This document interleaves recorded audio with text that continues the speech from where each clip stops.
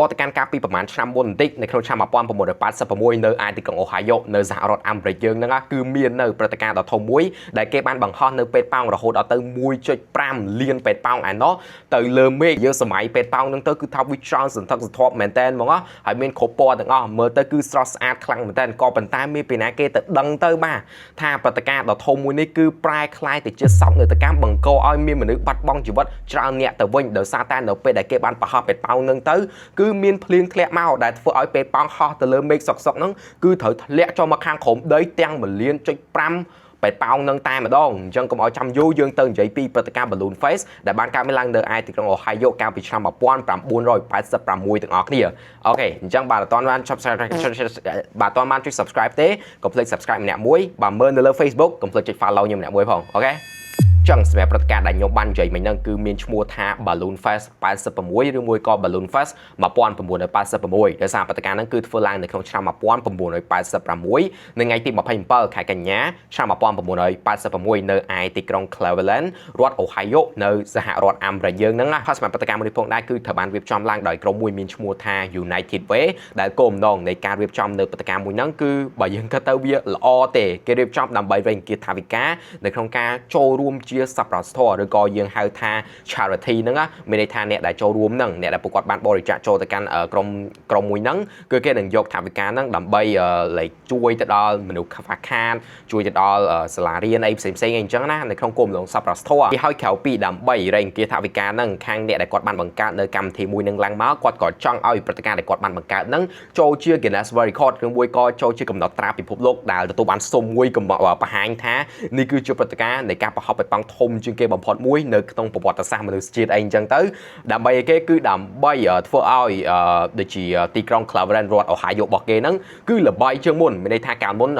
Ohio ហ្នឹងគឺអត់សូវល្បីប្រហែលទេអញ្ចឹងដល់ពេលដែលគេធ្វើមួយហ្នឹងឡើងមកគឺដើម្បីឲ្យមានភាពតែចូលមកលេងទីក្រុងមួយហ្នឹងឲ្យបានច្រើនអីអញ្ចឹងទៅហើយបើយើងគិតលេងទៅគឺថា 1.5 លានពេទ្យប៉ោងហ្នឹងគឺមានចំនួនមួយដែលច្រើនខ្លាំងមែនតែម្ដងសោះថាមូលទៅខាងលើគឺល្ងិតស្លុបហ្មងហើយគេចំណាយពេលយូរមែនតែនៅក្នុងការរៀបចំនៅព្រឹត្តិការណ៍មួយហ្នឹងឡើងមកក៏មានអ្នកដែលគាត់ចូលរួមជា volunteer ចូលរួមជាស្ម័គ្រចិត្តនៅក្នុងការជួយផ្លុំពេទ្យប៉ោងទាំងអស់ហ្នឹងហើយខ្ញុំភ្លេចបញ្ជាក់សម្រាប់ខ្យល់ពេទ្យប៉ោងដែលគេដាក់ហ្នឹងគឺប្រភេទខ្យល់ helium ដែលជាខ្យល់ធ្វើឲ្យពេទ្យប៉ោងហ្នឹងហោះទៅខាងលើបើដាក់ខ្យល់ធម្មតាហ្នឹងគឺពេទ្យប៉ោងអាចហោះទៅខាងលើបានទេហើយអីដែលសំខាន់គឺថាគេចំណាយពេលយូរនៅក្នុងការធ្វើនៅសំណាញ់នៅពីខាងលើដើម្បីនៅពេលដែលគេប្រហោះពេទ្យប៉ោងទៅឲ្យវាជាប់នៅខាងលើហ្នឹងសិនកុំតាន់ឲ្យវាប្រហោះទៅឆ្ងាយអញ្ចឹងណាអញ្ចឹងធ្វើសំណាញ់ផងផ្លុំពេទ្យប៉ោងឲ្យបាន 1.5 លានពេទ្យប៉ោងដល់ពេលដែលគ្រប់ចំនួនរបស់គេហើយគឺថាដល់ថ្ងៃដែលគេ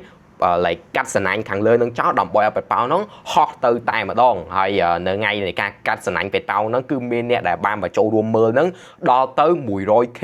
ឬមួយក៏100,000 នាក់ដែលគេហៅថាមួយសែននាក់ហ្នឹងគឺមកអ្នកមើលមកច្រើនខ្លាំងមែនតើហ្មងអញ្ចឹងឥឡូវនេះយើងទៅដល់ថ្ងៃដែលគេត្រូវទម្លាយពេទ្យប៉ោងទាំង 1.5 លានពេទ្យប៉ោងហ្នឹងទៅលើអាកាសនៅក្នុងពេលតែមួយណាដល់ថ្ងៃហ្នឹងផងដែរគឺថាខ្ញុំហួសចិត្តមែនតើអ្នកដែលបានគ្រប់គ្រងនៅកម្មវិធីមួយហ្នឹងគឺគេដឹងដែរថាមេឃអាកាសធាតុពេលហ្នឹងគឺអត់អំណោយផលទេនិយាយអត់អំណោយផលហ្មងហើយក៏មានការព្យាករណ៍អាកាសធាតុផងដែរថាថ្ងៃហ្នឹងអាចនឹងមានភ្លៀងធ្លាក់ហើយខ្យល់បើកបក់ខ្លាំងអីអញ្ចឹងទៅក៏ប៉ុន្តែអ្នកដែលរៀបចំកម្មវិធីហ្នឹងគឺអត់មានខ្វល់ទេបាទតែដល់មកគេគឺគ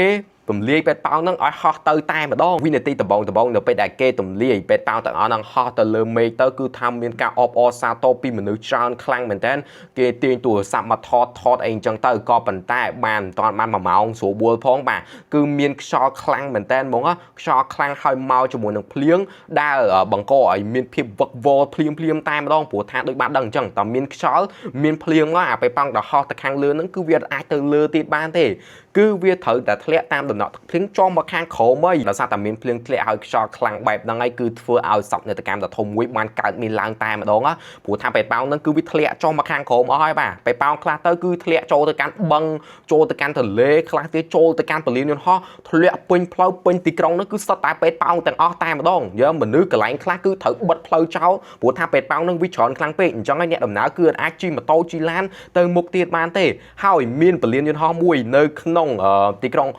Cleveland ហ្នឹងគឺថាត្រូវបានបិទតែម្ដងដែលពលានយន្តហោះមួយនៅផងដែរគឺមានឈ្មោះថា Book Lakefront Airport គឺត្រូវបាត់បិទជើងហោះហើរហ្មងព្រោះថាអាប៉េប៉ោងហ្នឹងគឺវាធ្លាក់ទៅពលានយន្តហោះហ្នឹងច្រើនខ្លាំងពេកអញ្ចឹងហើយគឺថាអត់អាចចោះចតឬក៏ធ្វើឲ្យយន្តហោះហ្នឹងឡើងទៅខាងលើទៀតបានទេគឺបខំចិត្តបិទពលានយន្តហោះហ្នឹងចោលទៀតហើយបើតាមរបាយការណ៍របស់គេដែលខ្ញុំទទួលបានហ្នឹងគឺថាមានអ្នករងគ្រោះថ្នាក់ដោយសារតែប៉េប៉ោងហ្នឹងព្រោះថាពេលគេកំពុងតែជិះឡានអញ្ចឹងទៅប៉េប៉ោងធ្លាក់មកគ្របដបូលឡានខូបអាកញ្ចក់ឡានរបស់គេហ្នឹងគឺធ្វើឲ្យឡានហ្នឹងអត់ដឹងតើទៅទិសដៅណាទេដូចដឹងអញ្ចឹងបាទនៅក្នុងគឺឡានច្រើនមែនតើអញ្ចឹងឲ្យធ្វើឲ្យប៉ះគ្នាផងអីផងអូអញ្ញាខ្លាំងមែនតើហើយវាចៃដន្យមែនតើមកពេលហ្នឹងផងដែរគឺមានអ្នកនេសាទចំនួន2នាក់គឺបានបាត់ខ្លួននៅឯបឹងមួយក្បែរកន្លែងដែលគេធ្វើព្រឹត្តិការណ៍ Balloon Fest ហ្នឹងដែរដែលបឹងហ្នឹងគឺមានឈ្មោះថា Lake Erie ដែលអ្នកនេសាទទាំង2នាក់ហ្នឹងគឺបានបាត់ខ្លួនអត់ដឹងមូលហេតុអីគេទេអាចនឹងមកពីភ្លៀងឬក៏ខ្យល់អីអញ្ចឹងណាហើយគេក៏បានបញ្ជូននៅទូកនេសាទបញ្ជូននៅទុកជួយសង្គ្រោះហ្នឹងដើម្បីទៅរកអ្នកនេសាទទាំង2នាក់ហ្នឹងផងដែរក៏ប៉ុន្តែវាពិបាកខ្លាំងមែនតើដោយសារតែឧបសគ្គហ្នឹងគឺពេទ្យប៉ោងហ្នឹងវាធ្លាក់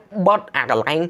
បឹងដែលអ្នកនេសាទទាំង2នាក់ហ្នឹងបានបាត់ខ្លួនណាអញ្ចឹងហើយគឺធ្វើឲ្យការរកអ្នកនេសាទទាំងពីរគឺពិបាកជាងមុនគុណនឹង2តែម្ដងព្រោះអីពេទ្យប៉ោងហ្នឹងគឺវាបាំងអញ្ចឹងហើយយើងអត់ដឹងថាអ្នកនេសាទហ្នឹងបើគាត់តែលើទឹកអីអញ្ចឹងទៅវាពិបាកហូបមែនតើព្រោះថាពេទ្យប៉ោងហ្នឹងវាបាំងលើពួកគាត់អីអញ្ចឹងណាអញ្ចឹងធ្វើឲ្យអ្នកនេសាទទាំងពីរនាក់ហ្នឹងគឺបានបាត់បង់ជីវិតហើយសម្រាប់រឿងមួយនេះគឺអត់ទាន់ចប់ត្រឹមហ្នឹងណាសម្រាប់ពេទ្យប៉ោងមួយចំនួនធំក៏បានហោះទៅកាន់កន្លែងដែលគេចិញ្ចឹមសេះធំល្បី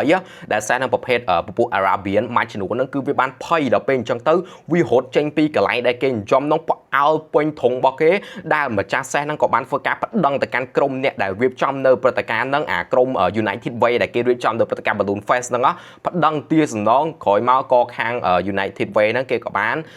សងជាសំណងទៅកាន់ម្ចាស់សេះផងដែរនិយាយទៅគឺថាច្បោកច្បល់មែនតើហើយនៅពេលដែលមានភាពវឹកវរអញ្ចឹងគឺអត់មានពីណាគេអាចជួយបានទេដោយបានដឹងអញ្ចឹងពេទ្យប៉ោងគឺនៅពេលដែលវាធ្លាក់មកចំនួនច្រើនបែបហ្នឹងគឺយើងអត់អាចទៅយកដៃរបស់យើងទៅចុចដើម្បីឲ្យវាផ្ទុះទាំងអស់បានទេអញ្ចឹងគឺតម្រូវឲ្យពេលវេលារបស់យើងជាអ្នកកំណត់តែបាទអញ្ចឹងពេលវេលាកាន់តែយូរទៅមុខអញ្ចឹងទៅពេទ្យប៉ោងក៏បានអស់ផ្ទុះខ្លះទៀតក៏កំពុងតែនៅលើ